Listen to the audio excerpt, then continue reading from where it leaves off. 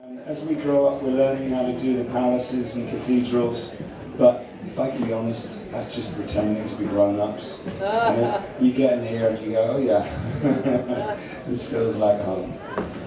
Sticky floors and terrible dynamics. Low ceiling. Sorry, you guys there, you're just not going to see me. Blessing for you. Okay. So it has been an extraordinary few days. I think by anybody's standards. The Holy Spirit has been moving deeply in our lives, in renewing joy and hope. Guys, can I ask people to stop talking? I just love you to listen. We've got difficult dynamics, we just need to focus. Okay, thank you. It's been an amazing few days. God's been doing all sorts of stuff. Just give me a wave if you'd say, yeah, God really renewed vision and passion and joy in my heart over these few days. Okay. For those listening online, there's most hands up in the room. There's been a sense of coming home to family. For some of us for the first time. I've lost count of the number of people who'd come up to me and said, what is this? I need in. How does that work? Like there's some sonic handshake.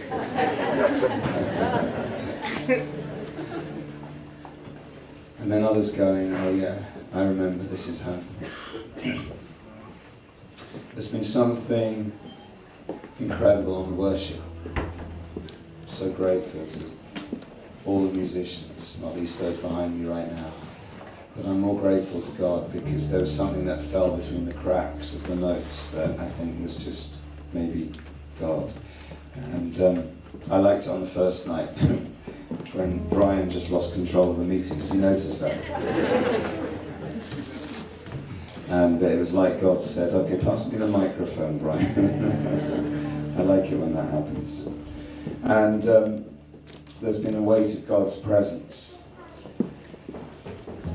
There have been remarkable reports of God on the move, answering prayers from South Africa and England and Lebanon and India and China and America and Switzerland and Canada and Ibiza and Austria and many other places.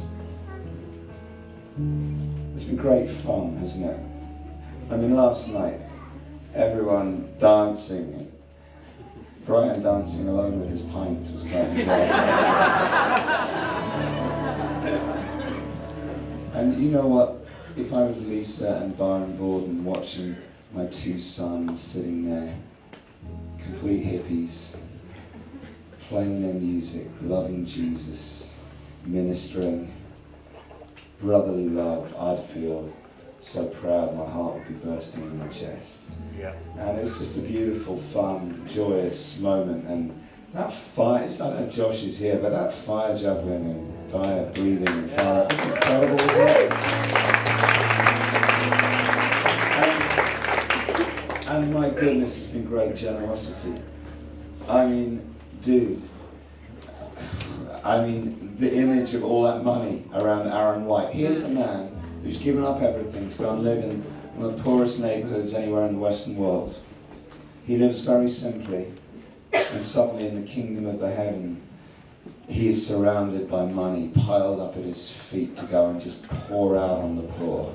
And that, to me, that was just a beautiful moment of worship. And then your generosity in, I can't remember how many offerings we've had one way or another, and the auction, and paying stupid amounts of money for frankly average scarves.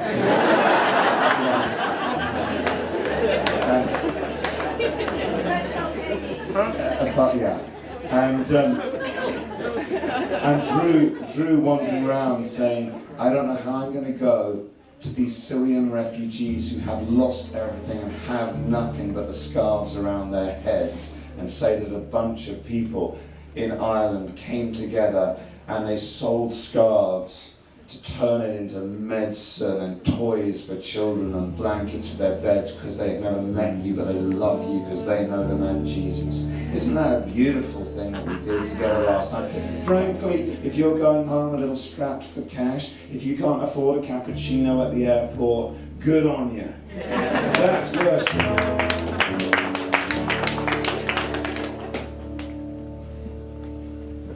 I do want to say thank you to the team from Ireland, from 24/7 Ireland. You know, there's a little blarney sometimes around Irish people, a little, you know, you don't quite know, is it actually like that? And so talk about, you know, if Ireland's that great, why are Irish people everywhere else in the world, you know?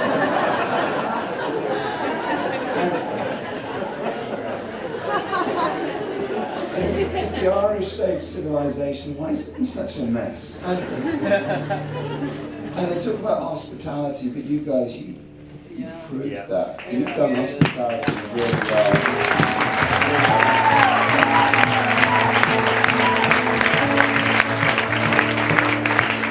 Especially when I think, what chord was that? That was a nice chord. The D. We gave you the chord of D, one of the happiest chords in most records. We wouldn't give you a minor, would we? Save that one for later. I want to thank Brian and Tash for leading things through so brilliantly. Well done.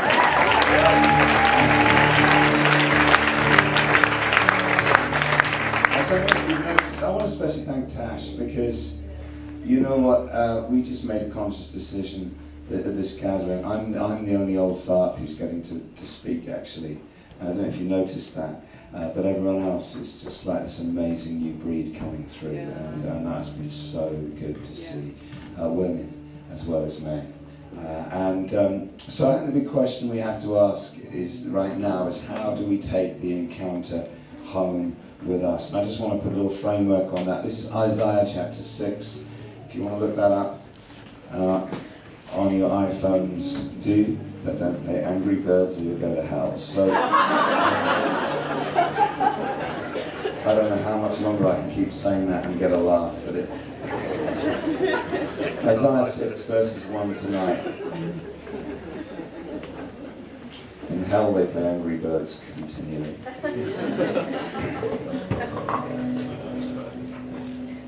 In the year that King Uzziah died, I saw the Lord, high and exalted, seated on a throne, and the train of his robe filled the temple.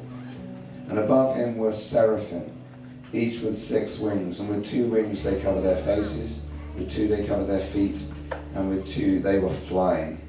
And they were calling to one another, Holy, holy, holy is the Lord Almighty. The whole earth is full of his glory.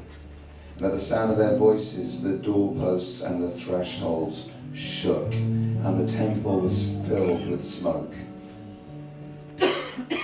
Woe to me, I cried. I'm ruined, for I am a man of unclean lips. I live among a people of unclean lips, and my eyes have seen the King, the Lord Almighty. And then one of the seraphim flew to me with a live coal in his hand, which he had taken with tongs from the altar, and with it he touched my mouth. And he said, See, this has touched your lips. Your guilt is taken away. Your sin atoned for. And then I heard the voice of the Lord saying, Whom shall I send? Who will go for us? I said, Here am I. Send me. He said, Go.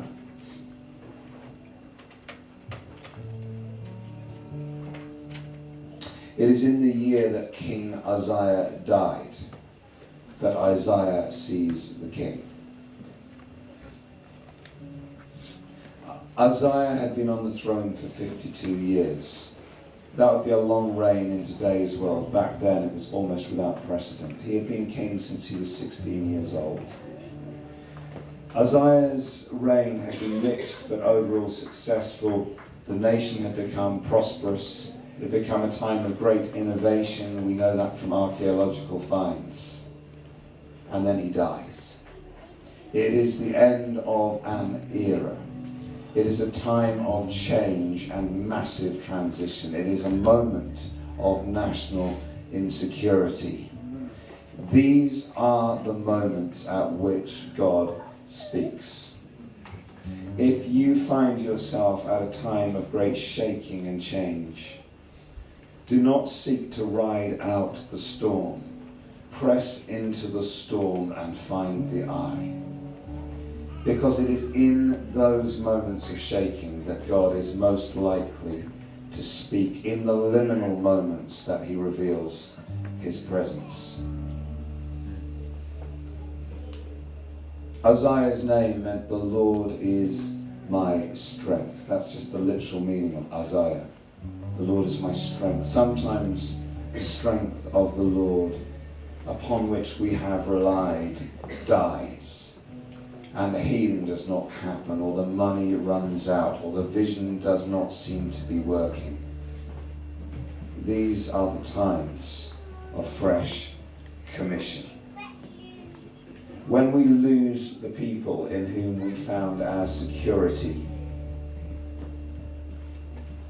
these are the times when we find our security in God. When we lose our human kings, we find the heavenly King. When we lose our earthly mothers and fathers, brothers and sisters, we find heavenly family. When people we love die, when projects we love fail, when money is low, when the vision is Jesus, but Easter Sunday is taking a long time coming, God speaks. When nations shake, that's what Drew said. Syria, 120,000 people, they estimate, have died so far in the civil war in Syria. A few weeks ago, Israel was firing trial missiles. America was stationing warships in the Mediterranean. President Obama was requesting permission to engage militarily in Syria, as was David Cameron, as was the French president. And then the Pope said, hey, let's pray. 1st September, 7 days later, 70,000 people in St. Peter's Square, Rome, 2 million around the world praying and fasting for peace. My dear friends who follow me on Twitter who don't believe in the existence of God said, why don't people stop wasting their time praying and fasting and do something useful instead, as if we are not the people who are spending ourselves. If you give up food, if you pray, you give money, you engage politically, you go and move to another land to serve the poor, you immerse yourself in the refugee crisis. Religious people are not other. We're at the very heart of civilization. Always have been, always will be. What came of the prayer and fasting? Well, within 3 days, out of nowhere, Russia. President Putin came and brokered peace, and President Obama, with his tail between his legs, said, okay, we won't bomb. And a few days ago, the process of removing chemical weapons from Syria began. Are we there yet? No. Is it a good start? Yeah. We think that it's purely our prayers that did it. We are deluded. If we think our prayers have nothing to do with it, we are deluded. And so nations shake, and we start seeing movements of the Spirit amongst the refugees. 1906, Azusa Street, the beginning of the Pentecostal charismatic movement, outpouring the Spirit on a 24/7 prayer room in Los Angeles, praying night and day, black and white, male and female together. They just had a massive earthquake shake Los Angeles. There's always shaking behind outpouring. The Hebridean awakening, the last great awakening to shake the British Isles, 1949 to 1953. They lost a disproportionate number of their young people in the war. They'd attended one too many funerals, and their thoughts, therefore, were upon heaven. Behind every outpouring, there is a shaking. Are you being shaken? Do not ride out the storm. Press in and seek the Lord, because it is when the King dies that you see the King.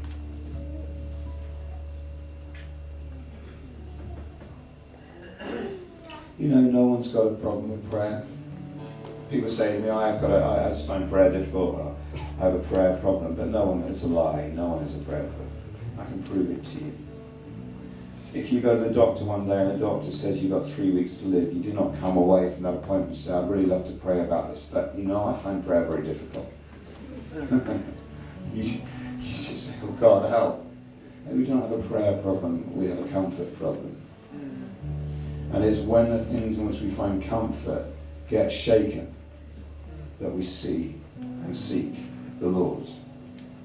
And so Isaiah's mission begins with this extraordinary encounter with God. And your destiny will be unlocked when you encounter God. We've heard that again and again through these days. It may be dramatic as it was for Isaiah.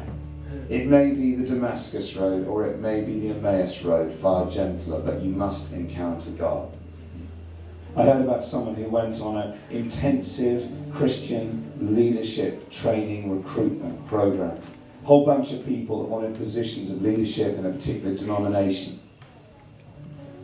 They went through psychometric testing.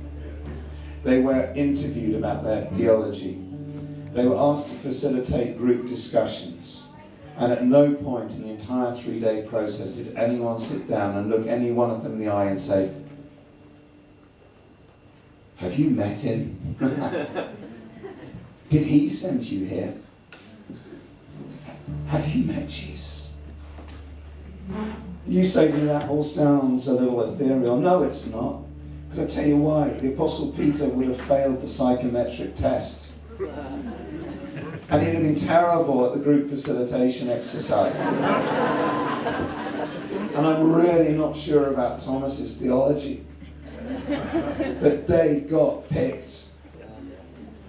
They met Jesus, and the whole world shook, and it hasn't stopped shaking ever since. When you meet Jesus, you discover your destiny.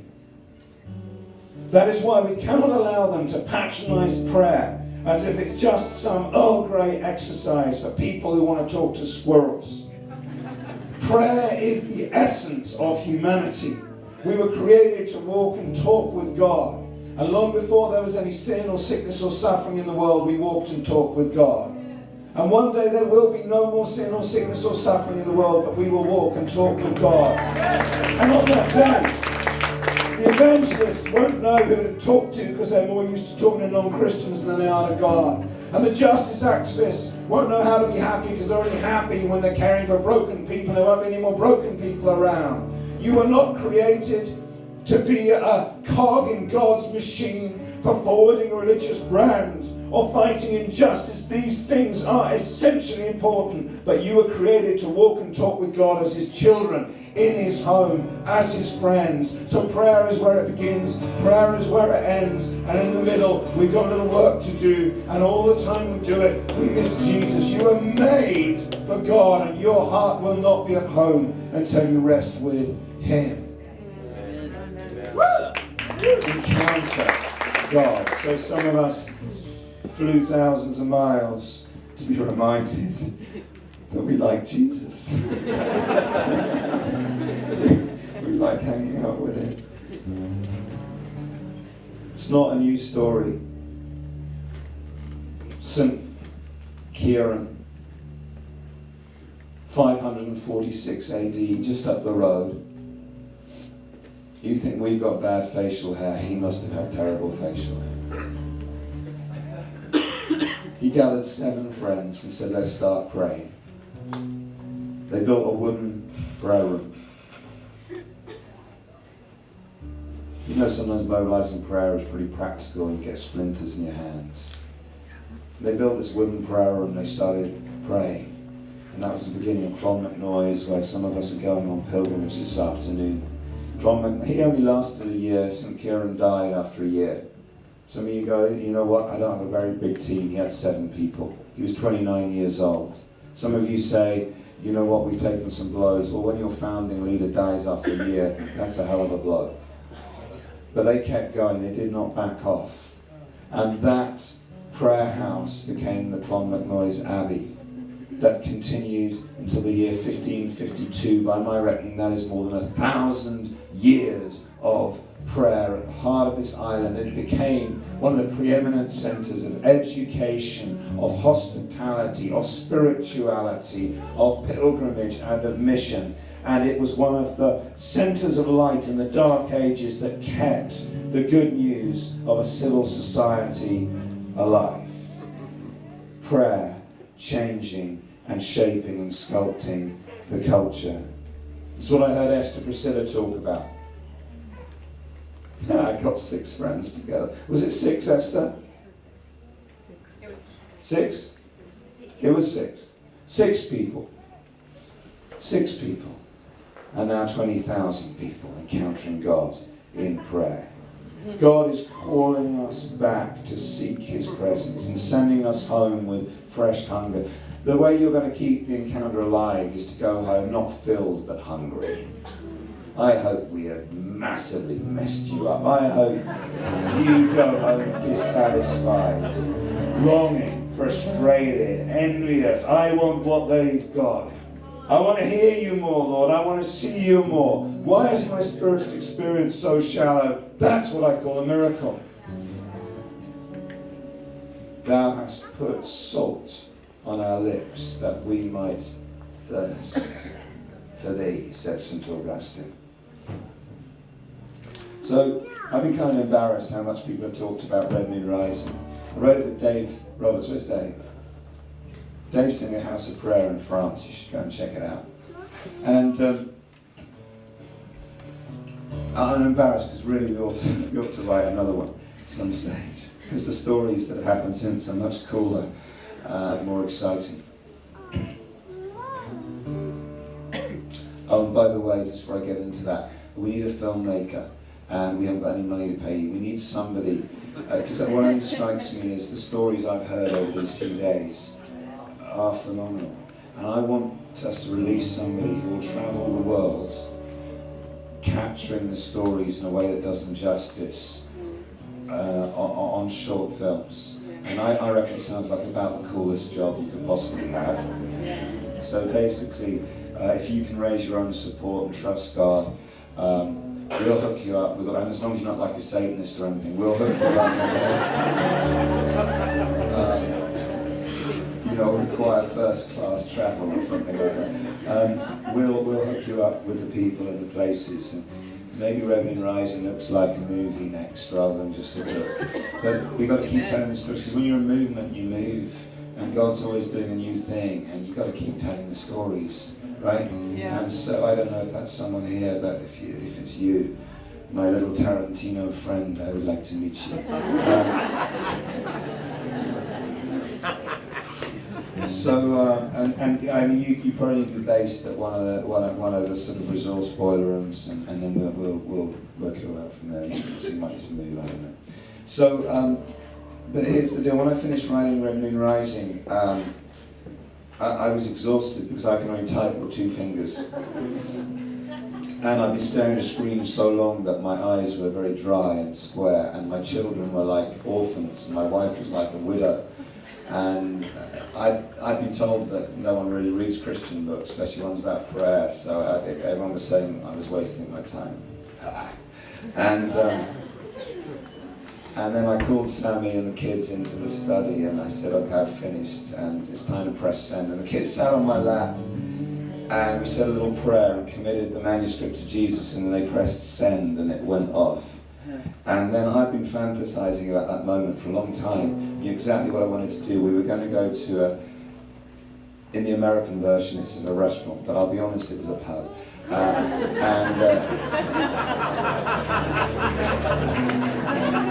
If that shakes anyone's universe, I'm so sorry. And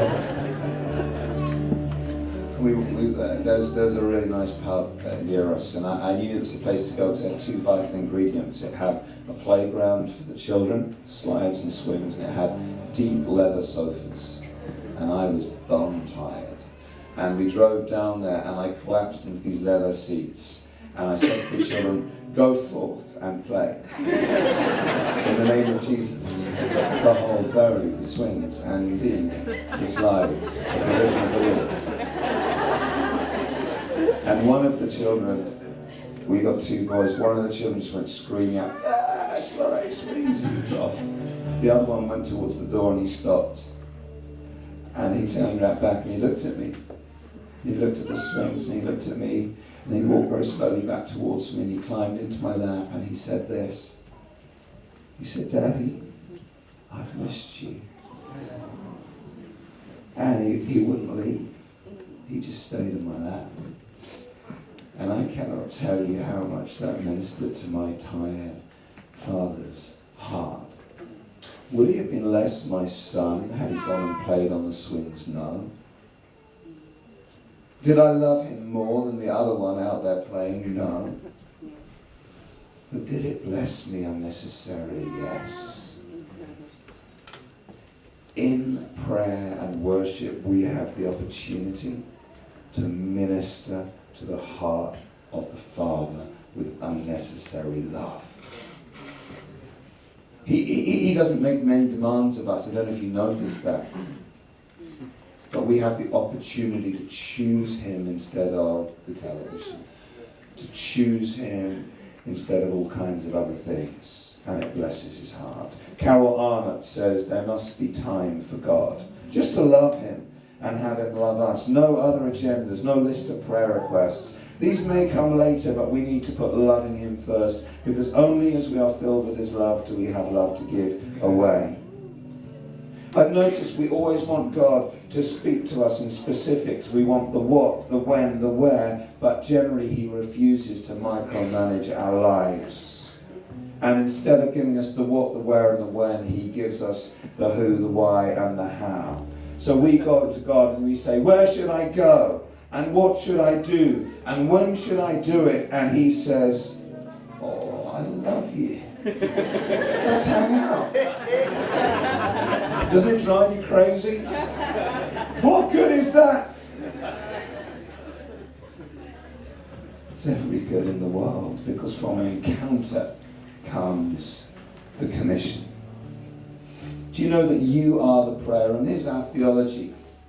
The prayer room is not the prayer room. The prayer room is just like a little catalyst. It's a little picture of something. Your heart and our communities are the actual 24/7 prayer room, hosting the presence of God night and day. So my question for you this, as you prepare to go home, is what laments and hallelujahs are written on the walls of your heart? What music is emanating through the prayer room of your soul? Where is God in your subconscious, your reflex reactions? Is he your first thought at night and when you wake in the morning? What dark corners are there still within each one of us? Because I noticed that Isaiah sees God and he says, "Oh, I'm a man of unclean lips and I live amongst a people of unclean lips and I've seen God." And so we come into the presence of God and we become aware of our shame and our inadequacy. And we look at people doing amazing things and we compare ourselves unfavorably. And he comes and he burns our lips and says, "Is that good enough for you? Have my blood, have my vital organs. You live, I die, go. I have made you clean." And the privilege of interviewing Desmond Tutu, Archbishop Desmond Tutu, the Nobel Peace Prize winner.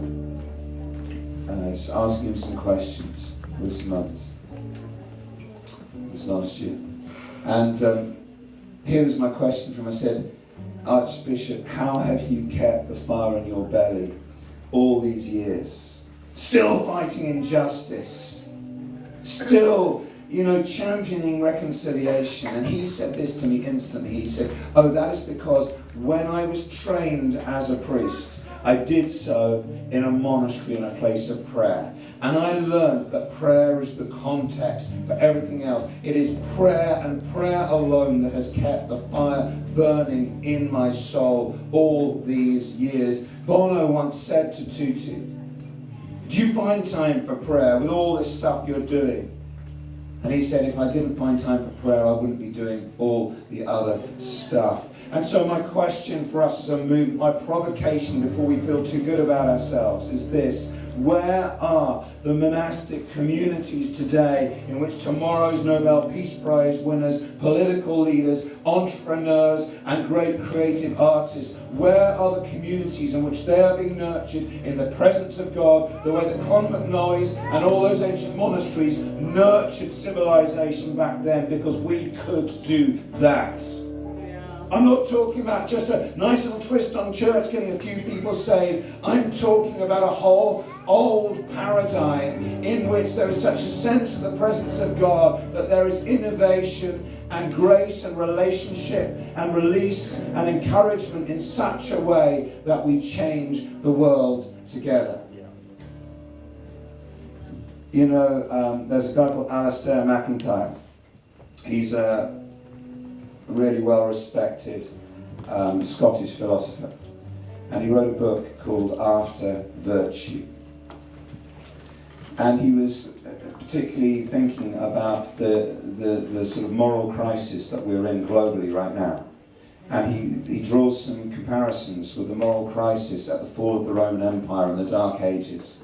He says this: a crucial turning point in that earlier history, so that was the fall of the Roman Empire, occurred when men and women of goodwill turned aside from the task of shoring up the Roman Imperium and ceased to identify the continuation of civility and moral community with the maintenance of that imperium.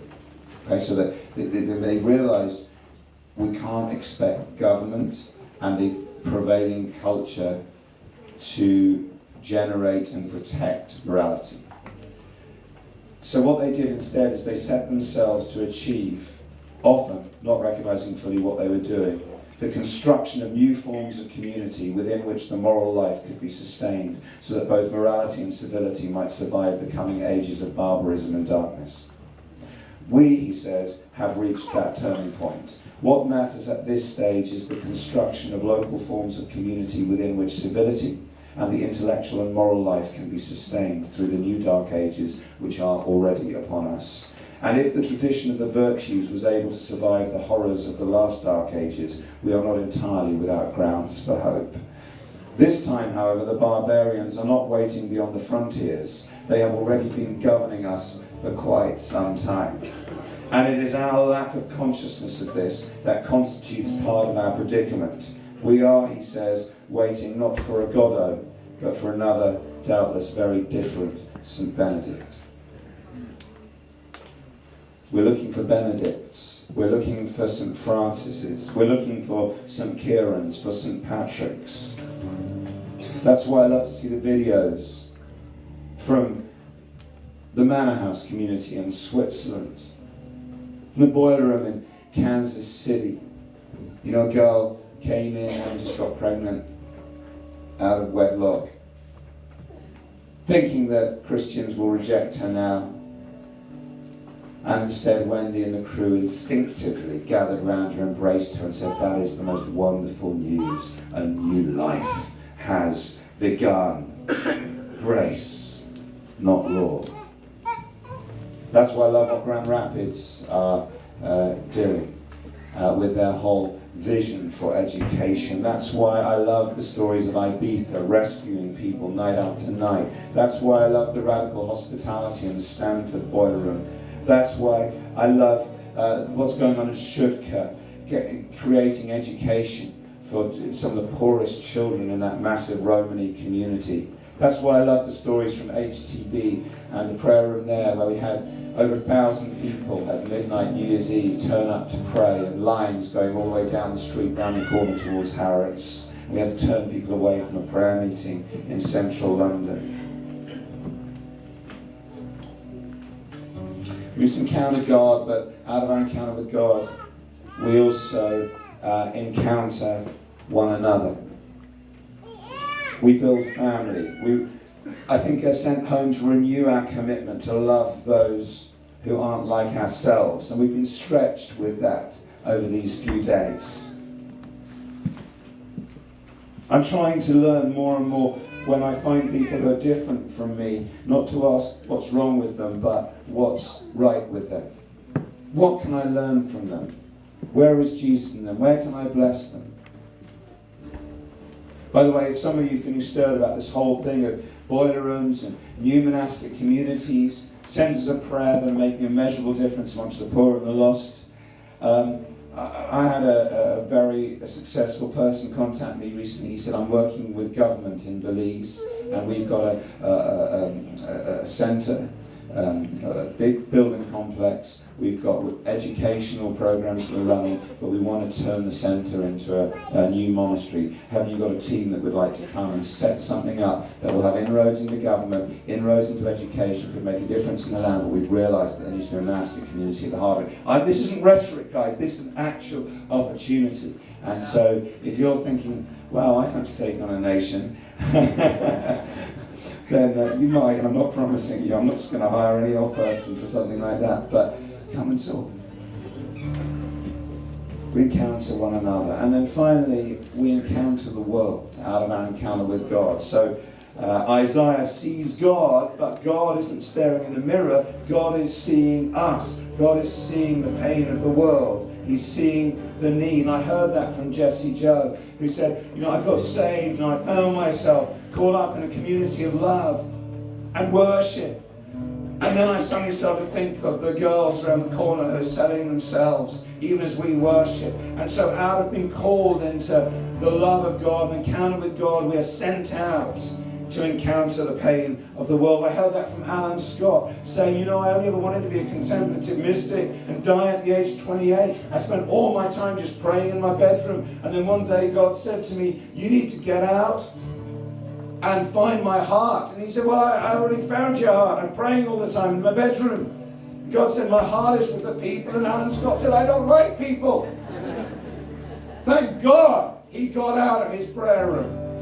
Because now he's planted a church that's seen 1 in every 40 people in his community come to know him, and they're seeing miracles and salvation on a daily basis. You know what's happening in his church is every bit as significant as what's happening in Redding, California, and I love and honour what's happening in Redding, California, but please let's not get caught up in the commercialism around pilgrimage sites, because God is doing something bigger than every personality, every product, every brand. And as we give ourselves to prayer, as we encounter God, we will find that, you know what, it was never the special person or the special place.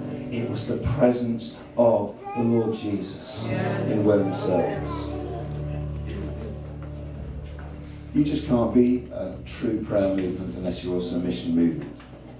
The deeper we journey into God's heart, the deeper we are propelled into the things that are on his heart. You cannot separate passion for Jesus from compassion for his world. And so Adam reminded us how God's love completes us, and then Aaron White reminded us of how God's love compels us outwards. That is what motivates Drew to be doing what he is doing in the Syrian refugee camps in Libya. That's what's motivating Emily to go and reopen the work in Boys Town, Reynosa. That's what's motivating the guys in Asia. Wasn't that a cool story about the guy walking through Tibet, and he had the word of knowledge, the pain in his shoulder? Wasn't that a good story? And he goes up to this guy and says, I've had a word for you. Have you got a problem with your shoulder? And the guy looks at him and goes, no, because last time you came to our village 2 years ago, you came and said the same thing to me. You obviously forgotten. And I did have a pain in my shoulder. You prayed for me. I was completely healed. You disappeared. And I've been meditating at the temple about Jesus Christ ever since. And I'm rather glad God sent you back to tell me the next chapter. God's love compels us outwards. Let me finish with one story. 2 years ago, one of the great heroes of the faith died. His name, of course, was David Wilkerson. And you may know the story, but on February the 9th, 1958, God spoke to him as a pastor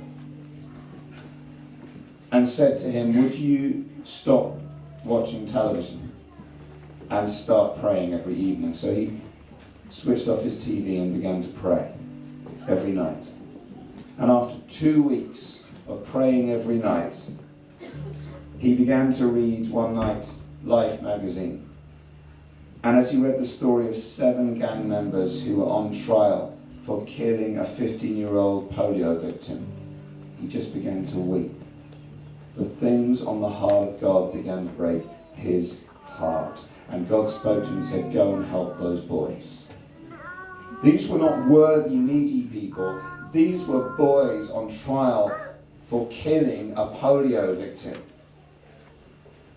Did you know that God cares as much about those doing the trafficking as the trafficked people? God cares for the abuser as well as the abused. Till we resolve that in our heart, then we are truly championing justice. We will perpetrate injustice in our very pursuit of justice. If God's cross is not big enough for the vilest of sinners, there is no hope for you and me. And so he goes to New York City and he finds these 7 gang members and he encounters Nicky Cruz, the leader of the Mau Mau's, and Nicky Cruz threatens to kill him, as you know, and he comes out with that immortal line. He says, you could cut me to 1,000 pieces and every piece would cry out, God loves you. And Nicky Cruz gives his life to the Lord. And the cross and the switchblade, the book he wrote about it sold 50 million copies and is often seen as one of the reasons that the charismatic renewal spread into the Catholic Church. And we saw some of the fruits of that yesterday. And there's a teen challenge that David Wilkerson founded, has now 1,000 centres in 82 countries, treating 24,000 young people a day to get free from addictions. All because one rural pastor responded to God's call to switch off his television and begin to pray. Do you understand that in encounter with God, we catch the things on God's heart and are sent out to make a difference in the world? 13 years ago, having with Sammy just planted our second church as part of Revelation down the south coast, God called me to pray. And it was the thing I was worst at. And out of that, I've stepped into the wildest ride and met all of you lot and heard the most incredible stories and been left continually shaking my head in amazement at the things that God does when we simply prioritize his presence. 11 years ago, Andy Freeman started the first boiler room because, having been trying to do youth work for ages, he found that by calling young people to pray, they got disciples. And then the first boiler room started, and now there's boiler rooms all over the world. 8 years ago, Brian and Tracy responded to that call to go to Ibiza. And look what's happening now. 7 years ago, Adam Cox and David and Molly Blackwell and others started this little community in Kansas City because they said we can't just keep doing all the God stuff without actually reaching out. As they began to reach out, the Kansas City Boiler Room was founded. 2 years ago, John Peterson received a clear call from God in prayer to engage with the land in which he was born, Japan, and now the work is growing there. Out of prayer and encounter with God, everything else flows.